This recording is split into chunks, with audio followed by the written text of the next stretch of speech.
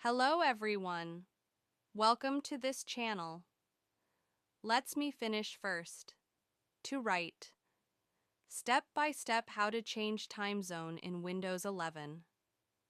By the end of this video, you will learn how to change time zone in Windows 11. If you find this helpful, don't forget to like, share, and subscribe.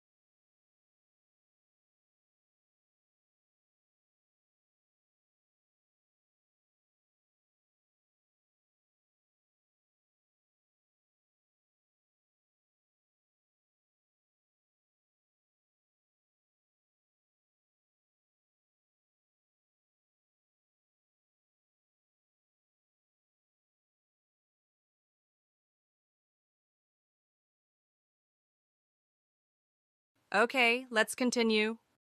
How to change time zone in Windows 11. 1. Right-click, Windows icon. 2. Click Settings. 3. Click Time and Language. 4. Click Date and Time. 5. Click Drop-down, Time Zone. 6. Choose Time Zone. 7. Turn on. Set time automatically.